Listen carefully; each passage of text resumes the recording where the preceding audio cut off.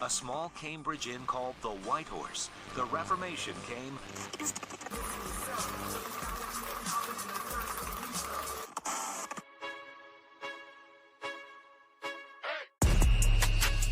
Restless is raw, unscripted, reformed radio.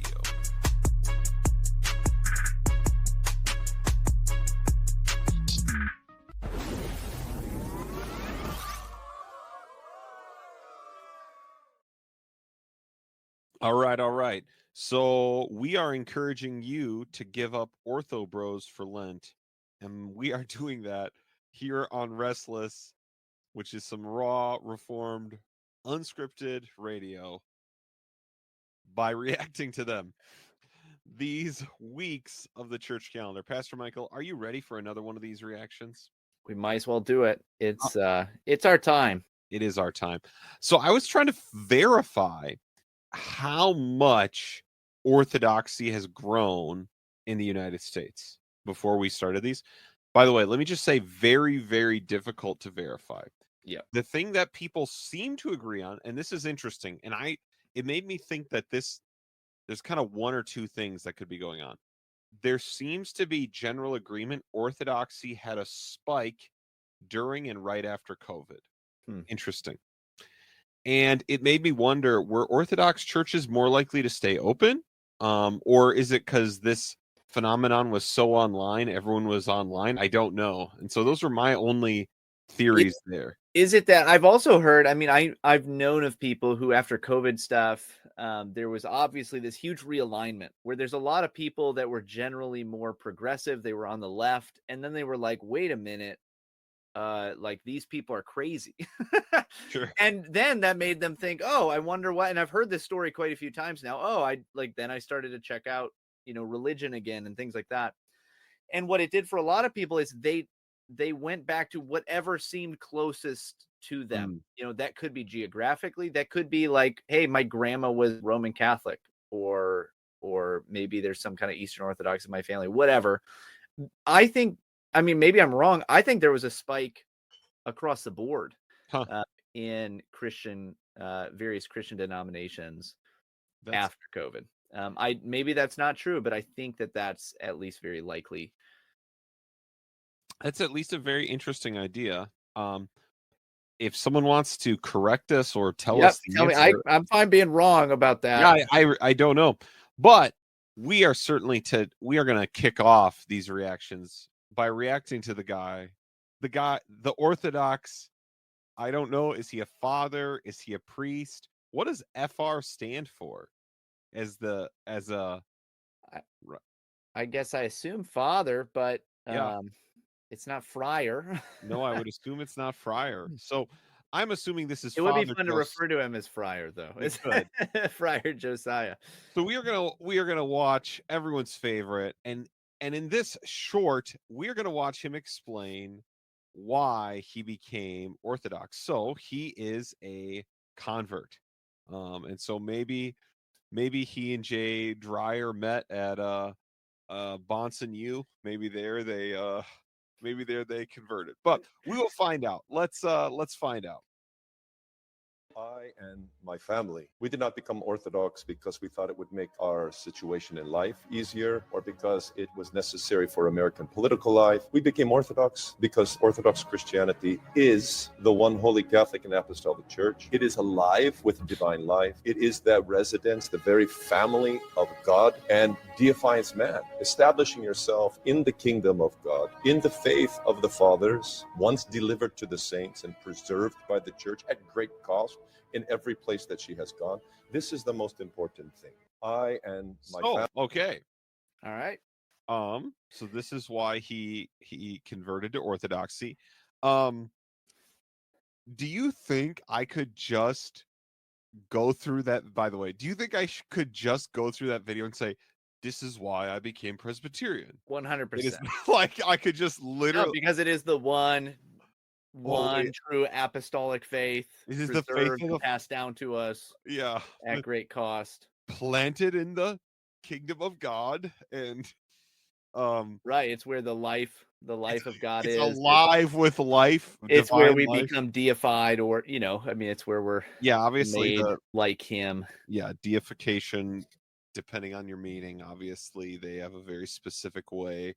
I think that I was watching in my own time something we probably won't react to, and it was an Orthodox priest on a live stream talking to a Protestant, and the Protestant was asking him questions. It was not a guy, and it was a really cordial conversation. But Father Josiah, I'm sorry, a problem emerged. Liar, Yeah. or Joseph. Just A, all their names wrong. a problem emerged while they were talking, and this wasn't the Protestant's point.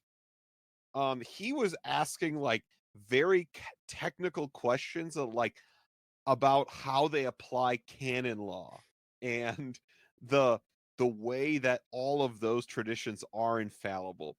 And it was very interesting and very convoluted, and whatever. But what was fascinating is they kept saying things like, yeah, well, then I was Russian Orthodox after I was Eastern Orthodox, and now I'm true Orthodox, but we're not like the world Orthodox. And I was like, and you're Protestant. I was like, well, so actually there's a bigger problem when it comes now, if we're making the claim that in this communion is the only place you can find the one holy apostolic church. But not in that one, just in this one. But actually, no, I was wrong about that one. Now it's just this one. Yeah. Which Orthodox communion gets that claim? Because certainly the Coptic Christians also make that claim.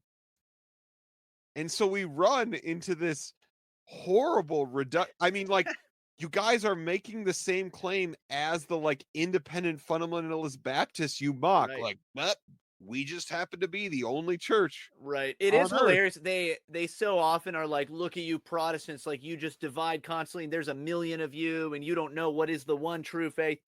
And we're like, actually, pretty much all of these are in the one true faith. Yep. Right. Like we basically agree. We don't actually, I mean, obviously we're distinct and different, but we don't see each other as completely anathema. And then they're like, we're it. Right. We did it. I finally did it. After changing and changing, and after saying I did it time and time again, I finally did it. I found the one true faith. And the only thing I did along the way is I anathematized every friend I made along the way. And by the way, Protestant, you're the one who's committing the sin of schism. Man. And so I found that. You notice too, and obviously it's a minute clip, but we're fine just assuming an entire worldview based off that. We are. So often with these guys, and part of it is that this is probably more the Eastern way.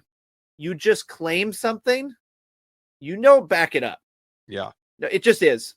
Nope, it just is. There's not like we're going to work this out as to why this is. We're going to show you the evidence for this. The West, say what you will about the West versus the East and some of our problems in the West. I've benefited greatly from, reading many from the Eastern Church. Yes. I do love being in the West. I love that we actually back up what we say. Yeah.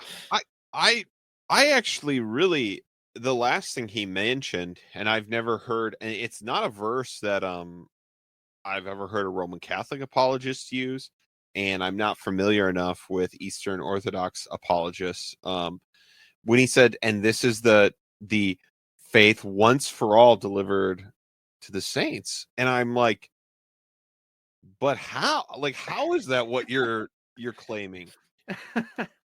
Because isn't the only like certain source of apostolic tradition their writings in the New Testament? Yep. And that whatever the canon laws, like right or wrong, like delivered. And again,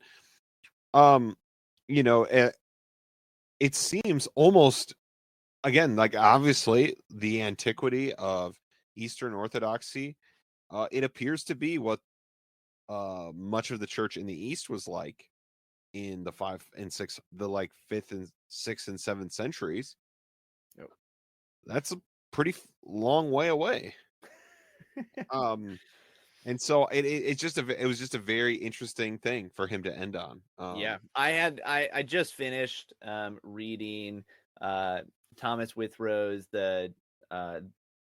what is it, the Apostolic Church. The Apostolic Church, which is it? And it We'll was get so your phenomenal. We're gonna get your reactions in the upcoming Patreon episode, so don't give too gotta much do it. here. Yeah, we'll talk about it. But just one of the things that is so good about what he does is he shows how clearly this is what the Apostolic Church was like. Yeah, this is what they did. This is how it operated. Now let's compare things like, he doesn't compare Eastern Orthodoxy. He's dealing in the West, and especially in the United Kingdom, right? He's right. dealing with Presbyterians, Independents, and Anglicans mostly, with some Roman Catholicism. But you could do the same thing with Eastern Orthodoxy. Okay, don't tell me what the 5th century was like. Tell me what the apostles instituted and practiced while they were alive. That's right. Because I can tell you without a doubt what they did, how they operated, how the church was governed, the things they commanded. I can tell you about those things. You tell me what you think it was, because guess what? There may be ways in which outwardly some of what you do looks more similar culturally to just the way things operated. But as far as in actual practice, what you do, what you believe, I have a much greater claim actually to being tied to the apostolic faith. And certainly the way you would determine the once for all delivered faith would be the method you just described. Yep. And so that's why you should give up Orthobros for Lent. Okay, that's it. That's the show. I hope Mark Wahlberg's 40-day challenge is going good for you. Maybe you learned something about Eastern Orthodoxy, and maybe the Orthobros could be nicer on the internet, or we'll just give them up for Lent. Thanks for listening to Restless.